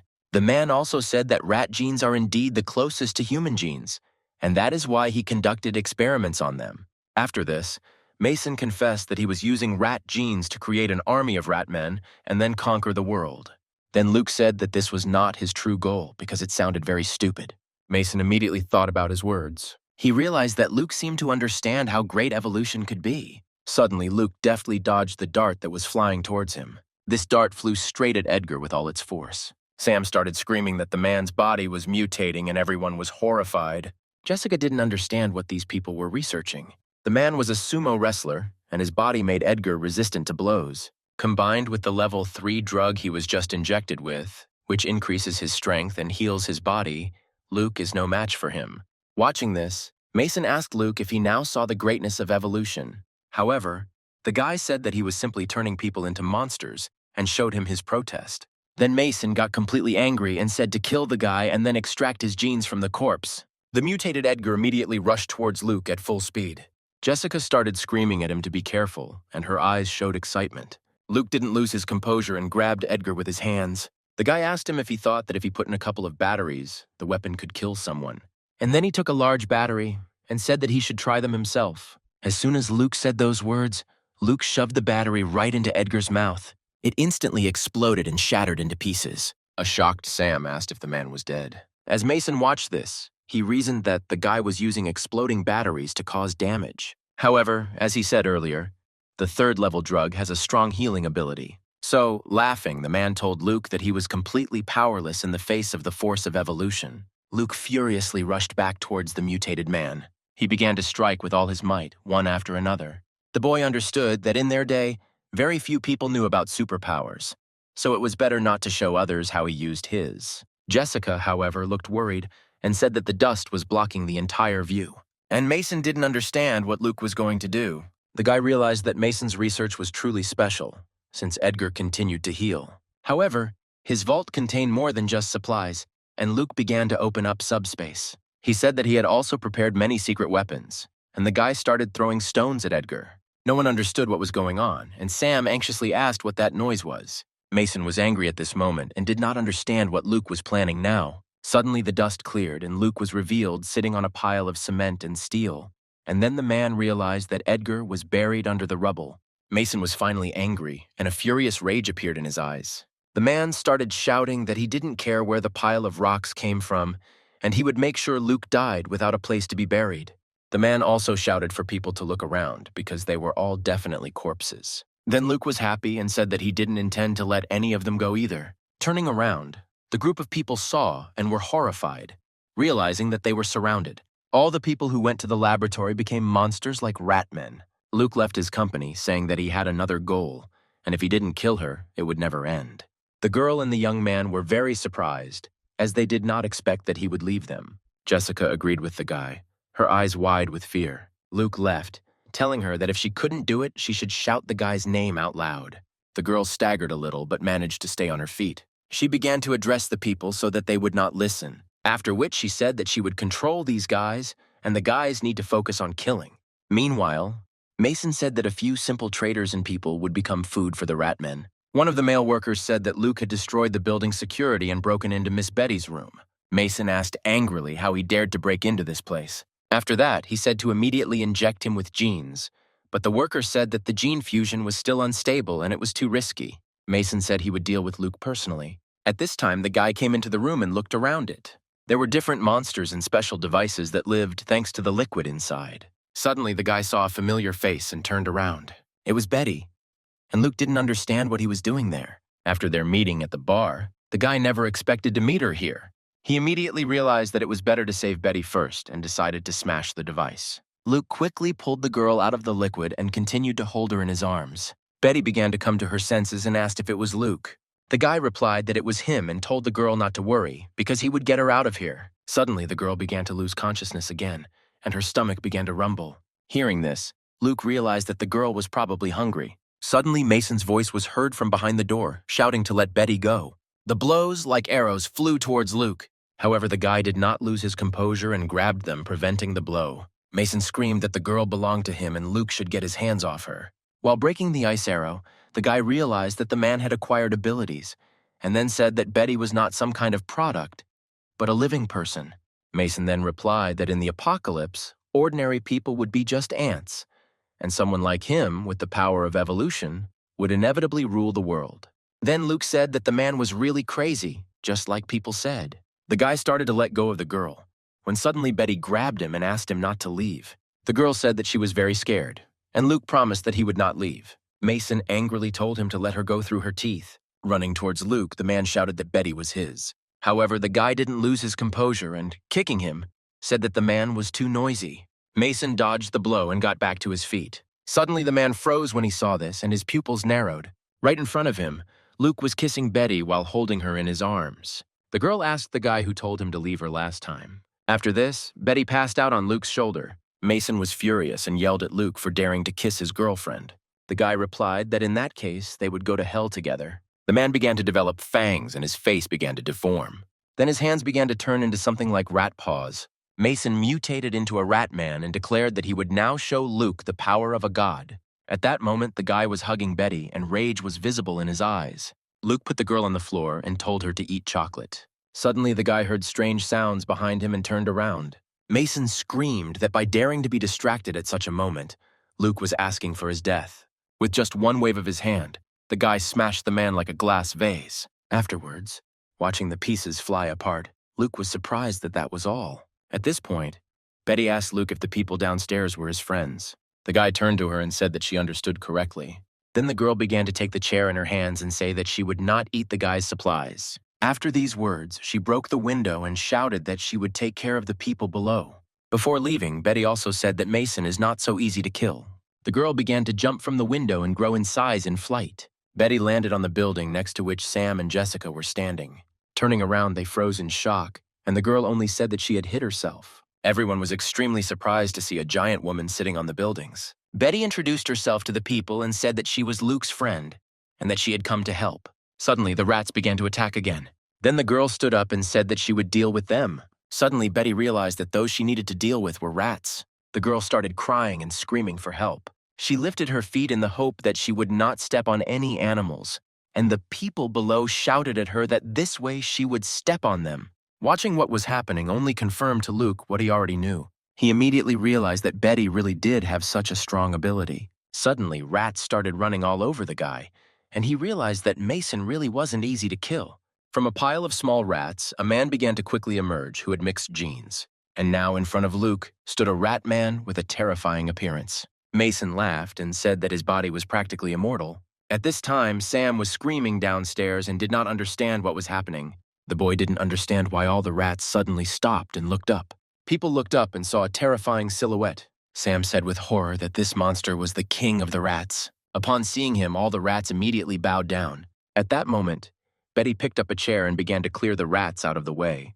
With fury in her eyes, she asked Mason where Luke was. The man replied that by daring to speak to him in such a tone, the girl was simply asking for death. Suddenly, the rats started attacking and biting Betty's hands. Sam didn't understand why these rats suddenly started attacking again with even greater fury. The rats knocked Betty to the ground and she screamed that there were too many of them. Watching what was happening, Mason only grinned and said that his army was strong. Suddenly, hands appeared from the man's body, and after that, Luke said that finding the crystal core took a long time. Mason didn't understand what was happening because the guy should have been completely absorbed by him. Luke tore the man in two and exited his body. Mason, torn in half, knew that this was his last moment, but he did not want to admit it. Luke turned to him and said that the man's crystal core now belonged to him. Meanwhile, rats were breaking through the bars below. After passing through it, they began running after Sam again. The guy ran and shouted that these rats could pass through any crack. He also shouted for people to keep an eye on the underground sewer system. Suddenly, one man began to fall rapidly to the ground. The rats grabbed him by the legs and began to drag him into the sewer. His brother saw this and started shouting at the man. At that moment, he said to forget about him and take care of the baby. The girl and her brother were horrified by what they saw and did not understand what to do. At this point, while fighting, Sam thought there were too many monsters. The guy understood that he was already at his limit and would not last long. After all, he couldn't even swing his arms anymore. And Betty, fighting off the rats, became hungry again, and her stomach began to rumble. People understood that these creatures could not be contained. Suddenly, something like a bullet began to descend from the roof of the main building. A monster that resembled the Rat King landed right in front of Jessica. Jessica began to move away in horror, but the monster kept getting closer to her. He passed through the rats, and no one attacked the monster. Holding back tears, the girl thought that Luke had lost. Suddenly, a guy's voice was heard telling Jessica not to be afraid, because it was him. The consciousness inside the crystal core was still trying to absorb Luke. However, to his regret, when it comes to mental strength, the guy never loses. Shocked, she screamed, "Is it really Luke?" Then the boy, turning to his brother, said that he had done a good job. Suddenly, the rats started attacking Luke from behind. Sam, seeing this, shouted at his brother to be careful. Then Luke turned, fury in his eyes, and told the rats to get lost. The animals were shocked and very frightened by what they heard. All the rats immediately began to scatter in different directions across the territory. Tom didn't understand what just happened and why all the rats ran away. And Sam was shocked that as soon as Luke ordered everyone to run, all the rats immediately began to run away. People could not fully understand whether they had coped with this fight. Even though Luke wasn't the Rat King, the remaining power of the crystal core was enough to intimidate these ratmen into retreating. Suddenly, he started coughing very hard and falling to the ground. Luke immediately went down to him and asked if everything was okay, to which he replied that what Mason had injected them with was actually a form of poison. And Betty added that the more power you use, the more poisoned you become. Then Luke asked what he could do to save his brother. Then the girl replied that there was a corpse in the laboratory, and using its blood to prepare the serum should neutralize the poison. Approaching the building, the guy wondered if this was really the laboratory that Betty was talking about. The pressure in the building was very strong. As Luke opened the door, he thought it looked a lot like a black hole. Entering the building, the guy felt something strange. He walked through the wall made of mental force. Seeing something, the guy remembered that he was told that there was a corpse in the lab. However, there was a girl sitting at the computer who was clearly waiting for Luke. The girl turned around and said Luke's name sweetly, adding the word classmate. Looking at his reflection, the guy realized that he was now in Mason's body. He didn't fully understand whether it was an illusion. The girl also kindly asked the guy to sit down next to her. She started to undress, and then Mason asked what she was doing. After that, the guy asked what happened to this crab.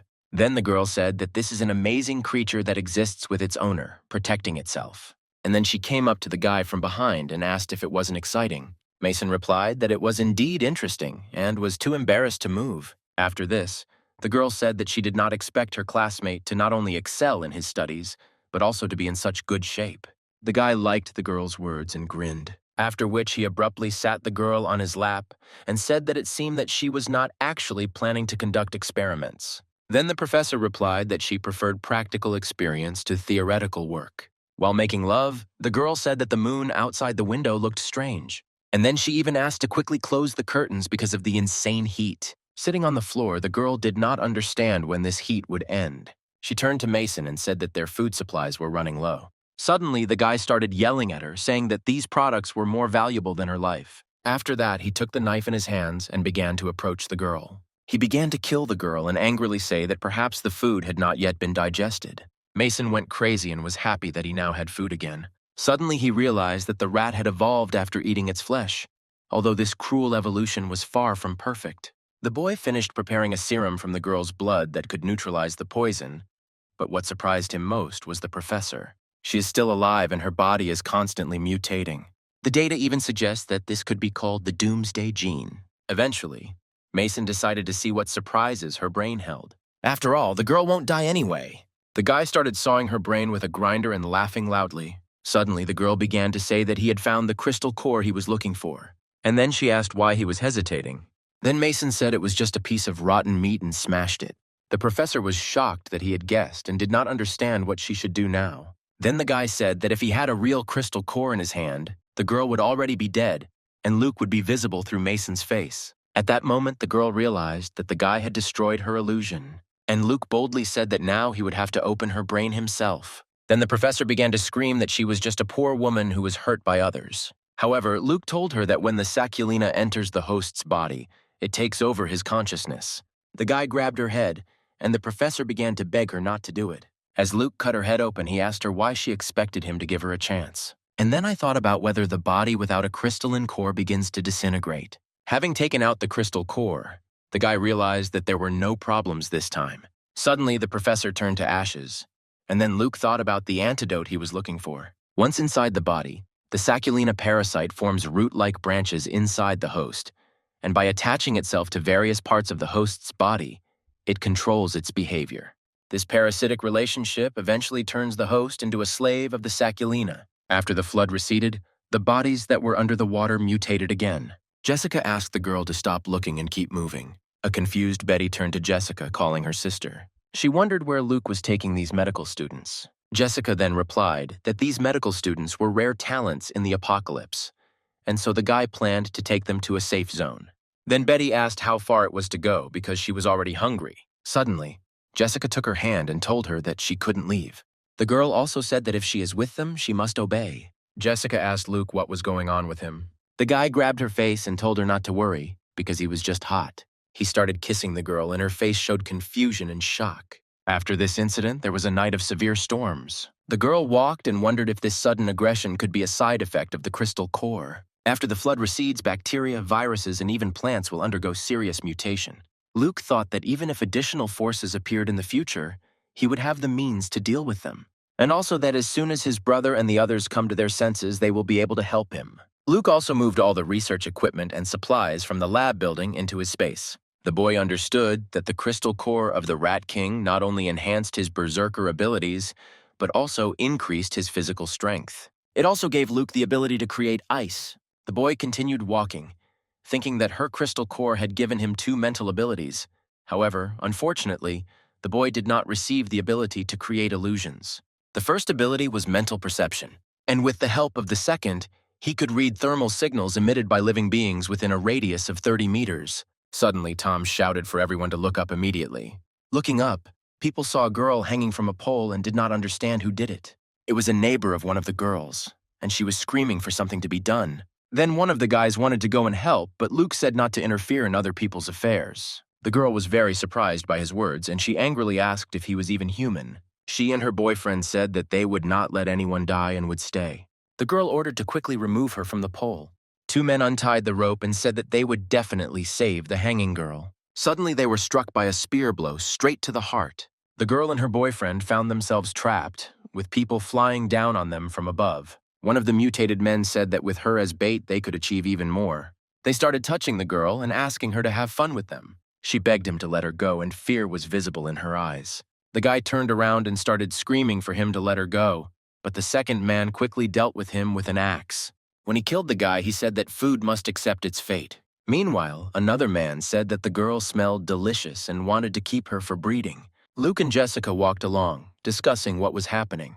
They knew perfectly well that that girl was bait, and all people have long been surrounded by eaters. Tom and Sam immediately tensed up when they heard that they were surrounded. Luke didn't show that anything was wrong because in fact he thought everything was perfect.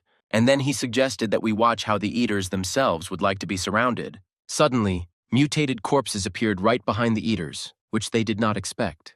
They started to deal with them and shout at them not to get in their way. Fighting off the mutated corpses, they shouted at them to get out of their territory.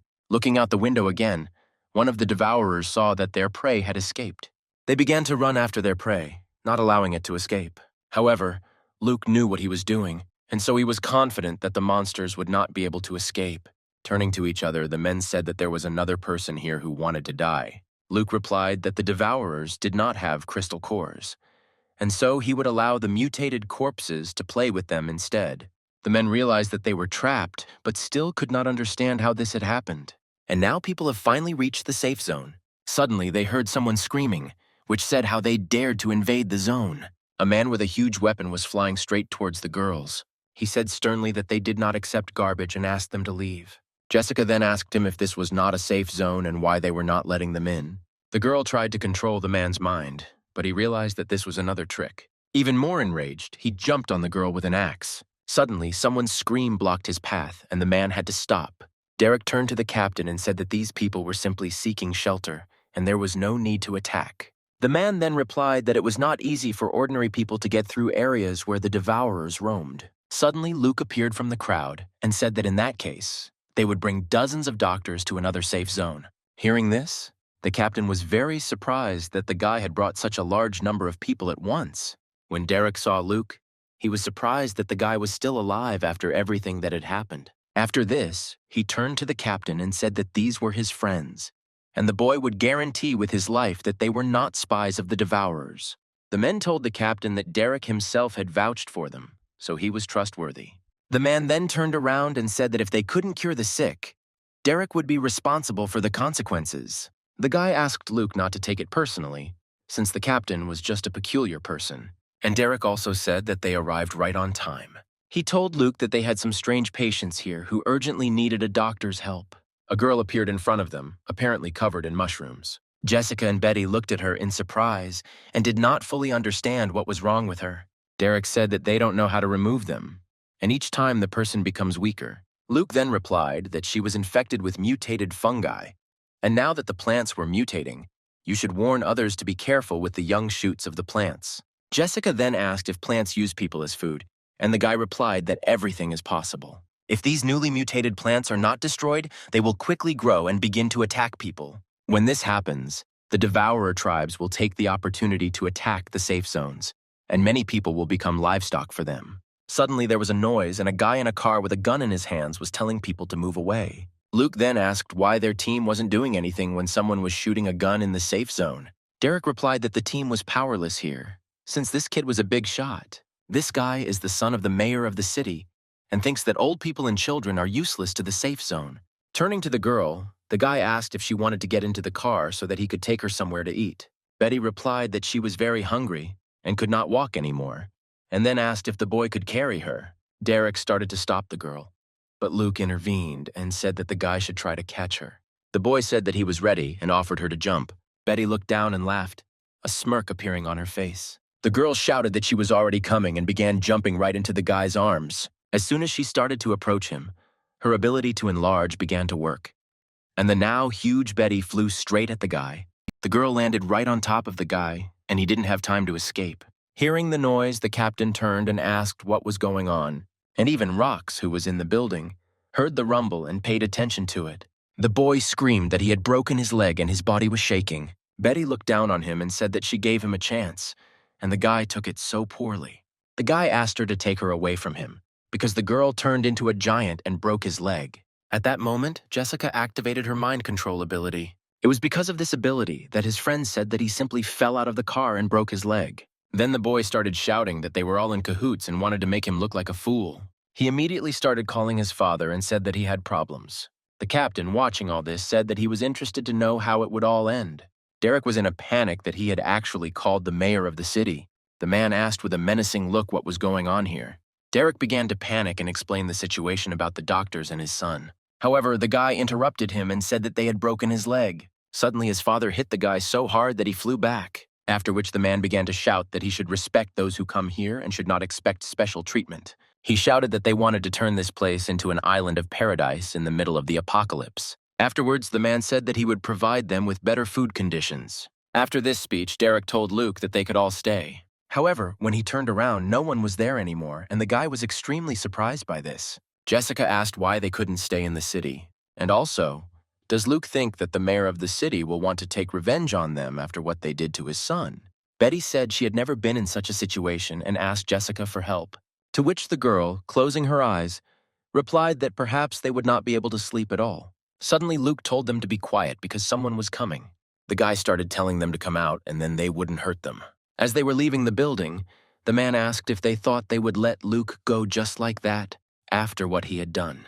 Then the guy replied that he simply didn't want to cause a massacre and get his friends into trouble. The man said that he didn't even have a weapon and already wanted to kill the guy. However, Luke dealt with one of the men with just one blow. After that, the guy began to deal with the others just as quickly. Suddenly, the man said that he would tell Luke the city leader's secret so as not to die. The boy, with fury in his eyes, told the man to continue. He said that the city's mayor had made a deal with a nearby clan of thugs. Every week, he exchanges arriving refugees for food. Then Betty hit the man and asked why they were selling people to these monsters. Suddenly, they saw one of the eaters saying that the spoiled food would be thrown at the gates of the safety zone before dawn.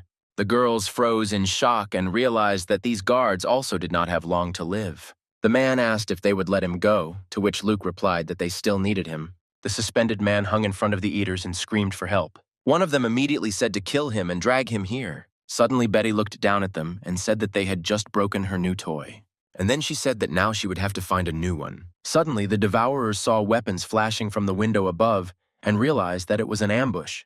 Luke realized that these guys had mutated even more, because even bullets couldn't take their heads. However, Jessica reassured the guy, telling him to leave it to her. One of the eaters asked about 3 shots at one point, and then get out of Betty's hand and said that he couldn't catch him. Suddenly, someone's hand fell right on the man's head and he turned around in bewilderment. Luke immediately hit the devourer with all his strength with his fist. Jessica asked Luke how he knew about the conspiracy between the city leader and the clan. The guy replied that he had heard that this was a common practice, but he didn't expect to encounter it today. The girl then asked if they should have found another place for their base. Then Luke replied that he was in this city. Suddenly, Betty appeared and asked what they were doing there without her. Looking at her appearance, Luke asked what they were planning. Then the girls replied that thanks to him, they could live in human conditions. A day later, the mayor's men discovered a bald man who had been mutilated to death by the clan, and the mayor then mistakenly thought that their deal had gone wrong. The city leader walked towards the clan, and then the leader asked if the man wanted to tell them that one of their subordinates had been killed. And after that, he said menacingly that 3 of his warriors were also killed. The mayor's security guard was surprised that twice as many people were killed. Suddenly, Luke appeared out of nowhere and said that the man was trading people's lives without blinking an eye. When asked what he was doing there, the guy replied that he wanted to meet the mayor of the city, since it seemed he had a close relationship with the clan. The Death Eaters immediately surrounded Luke because they realized that it was he who killed their people. And the leader said that after the guy entered his territory, he was finished.